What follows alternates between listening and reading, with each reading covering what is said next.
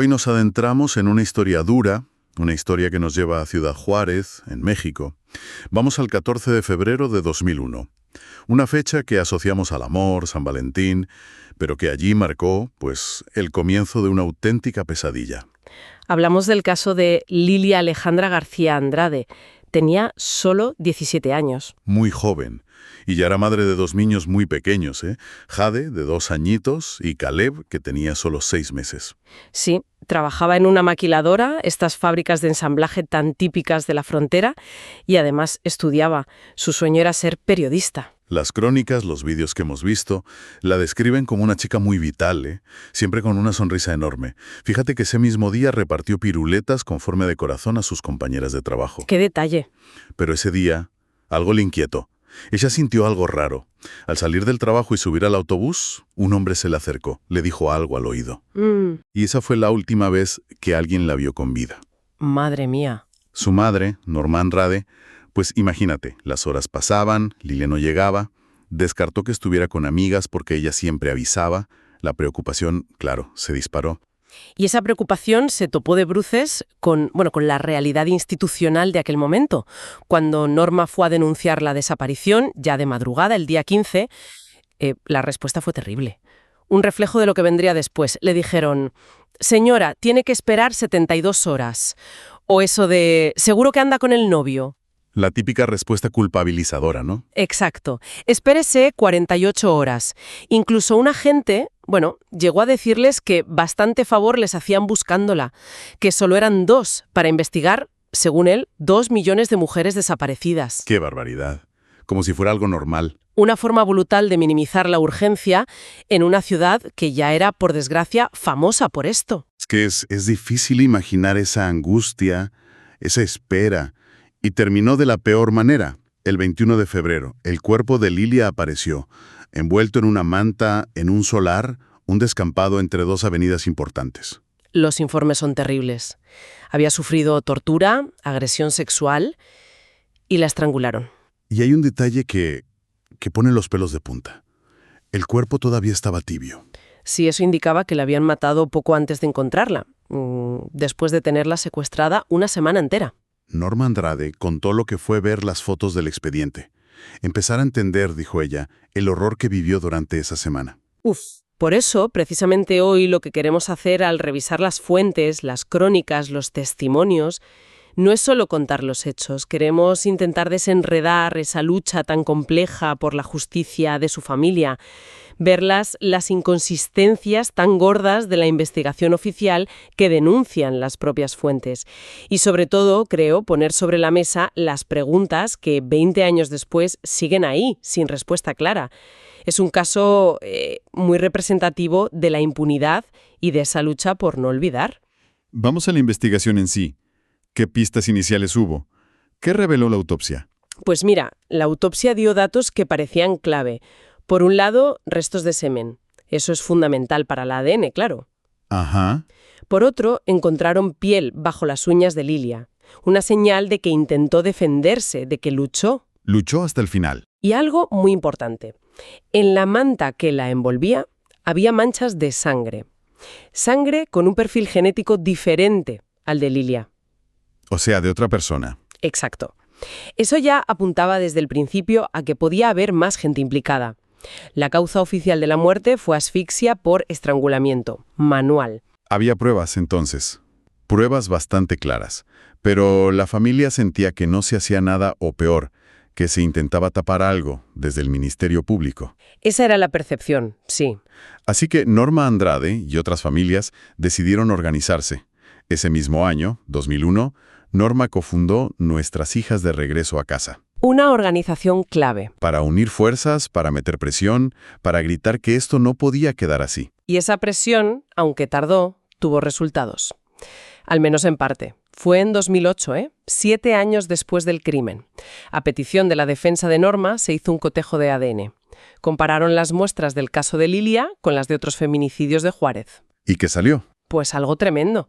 El perfil de ADN del semen encontrado en Lilia coincidía con el hallado en otras 3 chicas, todas menores también. 3 más. Sí. Rosa Isela Atena, 14 años, asesinada en 1995. Sonia Ivette Sancher, 13 años, de 1996. Y Corala Arrieta, 17 años, del 2005. Madre mía. O sea, el mismo perfil genético en 4 crímenes, que abarcan 10 años. Eso es un patrón clarísimo. ¿Y a quién pertenecía ese ADN? Pues aquí es donde la cosa se pone, todavía más turbia. Ese perfil genético llevó hasta Enrique Castañeda Ogas, un agente ministerial. ¿Un policía? Sí. Y lo más increíble es que trabajaba justo en la unidad especializada de delitos contra la vida. Vamos, la unidad de homicidios. No puede ser. Las fuentes que hemos consultado señalan que ya había sospechas sobre él. Abuso de autoridad, corrupción, supuestos vínculos con narco, con trata de mujeres. Una pista que apuntaba al propio sistema que debió investigar. ¡Qué fuerte! ¿Y qué pasó con este agente? ¿Lo procesaron? Pues otro giro inesperado y muy oscuro. En febrero de 2010, justo antes de que lo pudieran procesar formalmente por estos casos, que estaban conectados por el ADN, a Castañeda Ogas lo mataron. Lo acribillaron a tiros delante de su casa. ¿Lo asesinaron? Sí. Y después de su muerte, la versión oficial fue presentarlo como el culpable del crimen de Lilia. Caso cerrado. Vaya. Pero Norma Andrade nunca se creyó esa versión. Siempre ha dicho que sospechaba que era un chivo expiatorio. Una cabeza de turco, vamos. Exacto. Alguien conveniente para cerrar el caso rápido, porque ya había mucha presión internacional. La Corte Interamericana de Derechos Humanos ya estaba mirando hacia Juárez. Entiendo. ¿Y había motivos para dudar de que fuera él el único culpable, aparte de la sospecha de Norma? Pues sí, porque más tarde se supo un detalle que es crucial y que alimenta esas dudas. Resulta que el ADN encontrado en Lilia y en las otras chicas no era exactamente el de Castañeda Ogas. Era de un familiar suyo, pero por línea paterna. Ah, o sea, un hermano, un padre, un tío. Claro, la conexión existía, pero apuntaba a un grupo familiar concreto por parte de padre, no necesariamente solo a él. Entiendo. Y a pesar de ser una línea de investigación tan potente que conectaba varios crímenes, pues las investigaciones sobre esos otros familiares varones, Norma dice que uno podría haberse ido a Estados Unidos. Pues esas investigaciones simplemente no avanzaron. Se quedaron ahí, paradas, inexplicablemente. Es increíble. Una pista genética que conecta 4 asesinatos y se deja morir.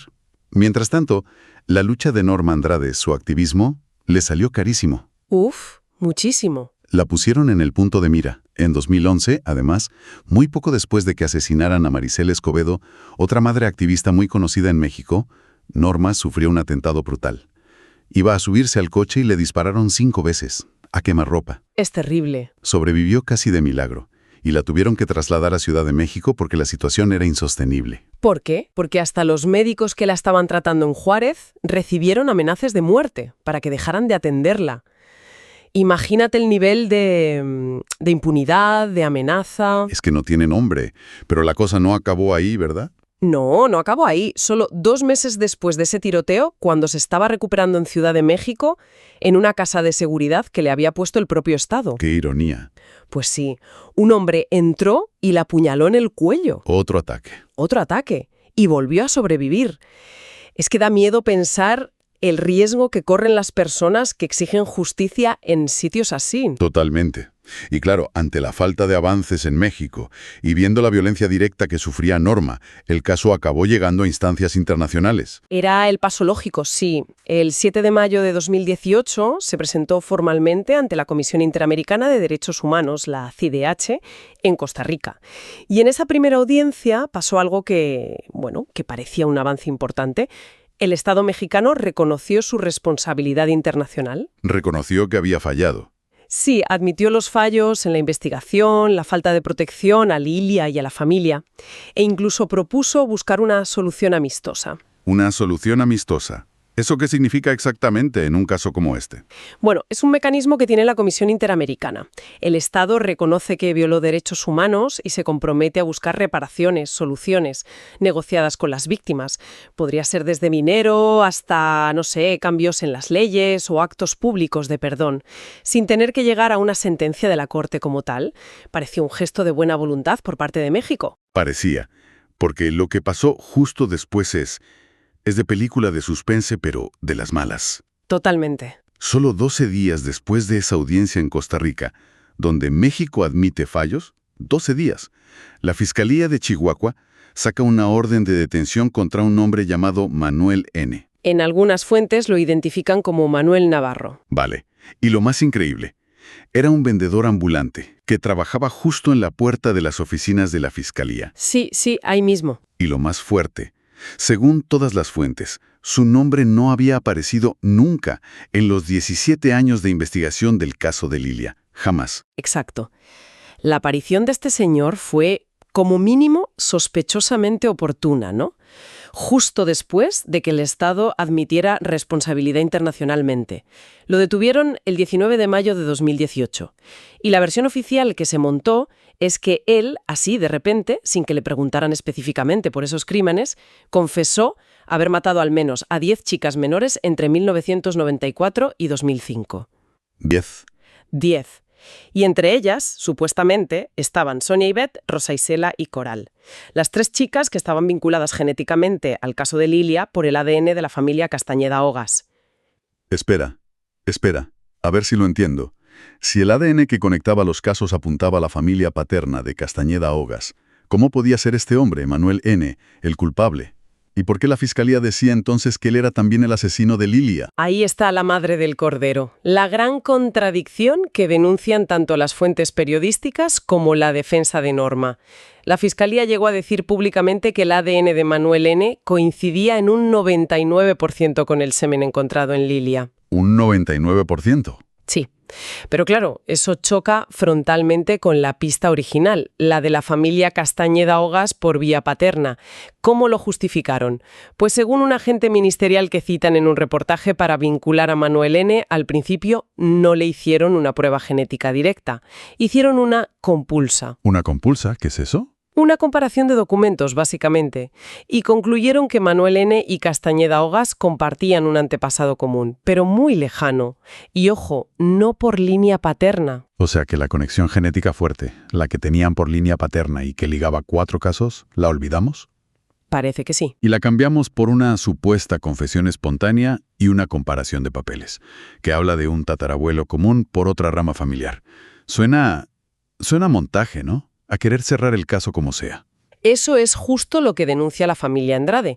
De hecho, ese mismo reportaje decía que hasta que se publicó, a Manuel N. todavía no le habían hecho la prueba genética directa que confirmara ese 99% de coincidencia con la muestra de Lilia. Increíble. Y a pesar de todas estas dudas tan enormes, el gobernador de Chihuahua de entonces, Javier Corral, salió públicamente diciendo que el caso estaba resuelto y que era Norma Andrade la que no quería aceptarlo. Encima eso, culpando a la madre de la víctima por no aceptar una versión llena de agujeros. Una forma de desacreditarla, claro. ¿Y cómo está el tema legal ahora mismo? ¿Se ha hecho justicia para Lilia con la detención de este hombre? Pues la situación es frustrante y demuestra cómo funciona a veces el sistema. A Manuel N. sí lo procesaron y lo condenaron a 9 años de cárcel. Ah, entonces sí. Sí, pero por los asesinatos de Rosa Isela, Sonia Ybet y Coral. Las otras 3 chicas vinculadas genéticamente. ¿Y por el de Lilia Alejandra? Pues por el caso de Lilia Alejandra García Andrade, el que empezó todo esto, sigue sin haber culpables condenados. ¿Cómo?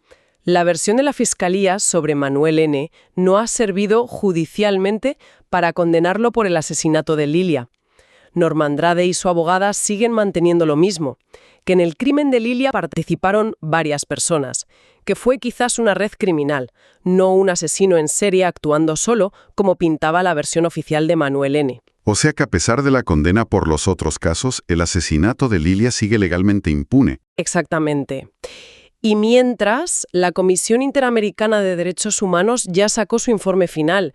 Concluyó que el Estado mexicano es responsable por violar un montón de derechos de Lilia, a la vida, a la integridad, a la libertad, los derechos de la infancia, el derecho a la igualdad, todo por la falta de diligencia, por no investigar con perspectiva de género, por no prevenir.